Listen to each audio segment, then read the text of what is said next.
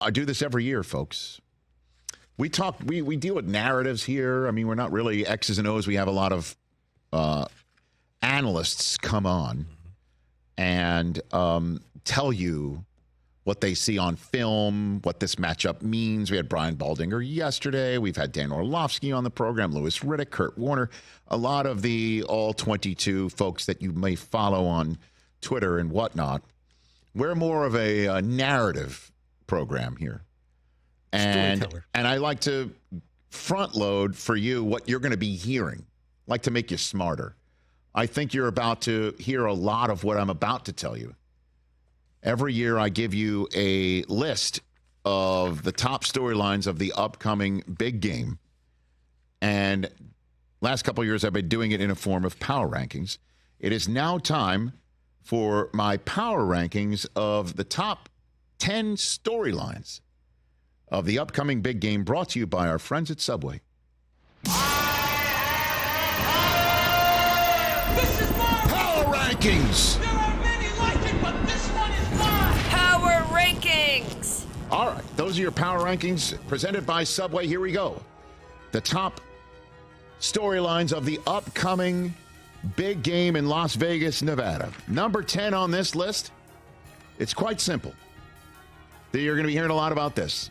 Hell has officially frozen over. There's a Super Bowl in Las Vegas, Nevada. Who would have thought it? I got to tell you this, folks.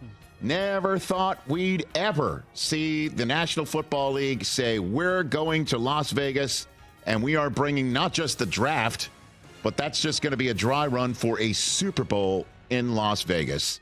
And of course, there's going to be a whole conversation about sports betting this and sports betting that, and about how that might affect this and it might affect that. And there's a lot of tinfoil hat theories that are out there about who is going to play in the game and why people are playing in the game and who's in the crowd for the game.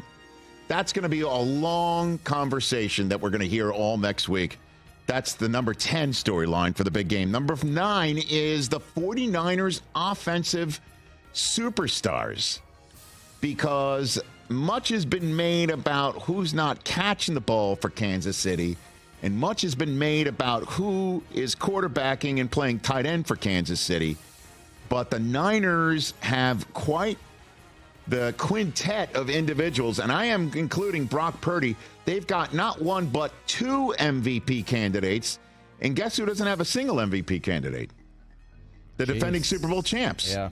So eventually I think a lot of folks are going to come around to, well, Debo is one of the best, and McCaffrey is an MVP candidate, and Purdy's an MVP candidate. Certainly when NFL Honors happens on Thursday night of Super Bowl week, and 2 of these guys are going to be up for an MVP award. And then there's Kittle, who is just, dynamite in terms of an interview and figuring out that he is terrific at the football as well. Number 8 on this list is Andy Reid's GOAT status. If he wins this Super Bowl, Andy Reid would be up there with 4 other guys who have at least 3 or more. Their names are Belichick, Chuck Noll, Joe Gibbs, and Bill Walsh. Right now, Andy Reid is in a group of coaches that have 2 Super Bowl wins. He would separate himself there, just making this Super Bowl. He now has 5 Super Bowl appearances. That matches Tom Landry and is one behind Don Shula. By getting to this Super Bowl and winning the AFC Championship game, the 6th in a row that he's coached for the Chiefs, he's got 25 career playoff wins as a coach. The only other guy who's got 25 or more is named Bill Belichick, and he did it with an 11-win team. This could be the best performance he's had as a coach if he wins the Super Bowl. That's going to be quite the conversation. Number 7 on the list involves a coach who he's currently, Reid, tied with for Super Bowl wins with 2. Get ready to hear a lot about the Shanahans and the McCaffreys, because back in the day, Mike Shanahan went to 2 Super Bowls with Ed McCaffrey, number 87 in your program. Now his son, Kyle, has Ed's son, Christian, running and catching and being an MVP candidate in his offense. So Kyle's trying to get his first Super Bowl. And then you're going to hear quite a lot about the number 9 on this list, the offensive players for the Niners, and the fact that Kyle's going to try and match Mike in terms of having a Super Bowl win at the Thanksgiving table as a coach. In the 2 times that Shanahan's been involved with a Super Bowl as offensive coordinator with Atlanta and previously as the head coach of the 49ers, the last time these 2 teams faced, 0 fourth quarter points in both of those games for Shanahan's offense. 0.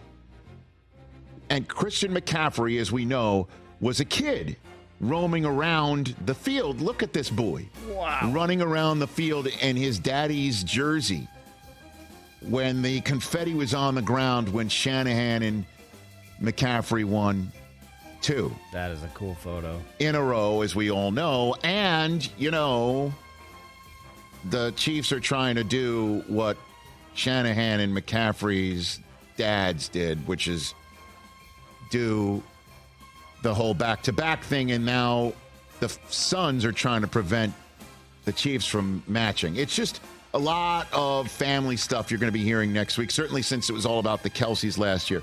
Number 6, we've been talking quite a bit about it, and it's been a conversation all season long. Get ready for game changer versus game manager, with the game changer clearly being Mahomes and the game manager being Purdy. 2 different styles of quarterbacks. Can you win a Super Bowl? Not just with Purdy, period, but with anybody whose game is Purdy-like, when there are games like Mahomes out there that are second to none.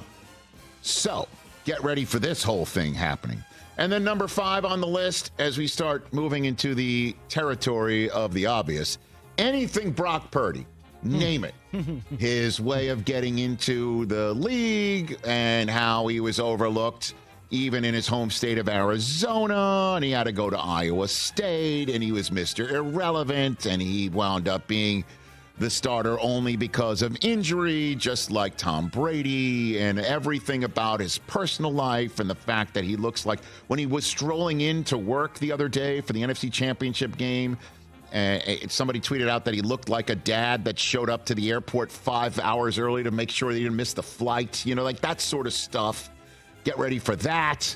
And then number 4 is anything Travis Kelce. Anything Travis Kelce. This guy is one of the most red-hot public figures on planet Earth now because of his game on and, yes, off the field. Everything Travis Kelce, anything Travis Kelce, which leads to number 3 on this list is, will his girlfriend make it to the game? Basically, Taylor Swift FlightAware. Any flight that has a tail number on it that leaves Tokyo, Japan on the night before the Super Bowl is going to be tracked and followed, and it's going to be all about, like, you know how sometimes, you know, NORAD has the Santa tracker on Christmas Eve. On Super Bowl Eve, there will be Taylor tracker.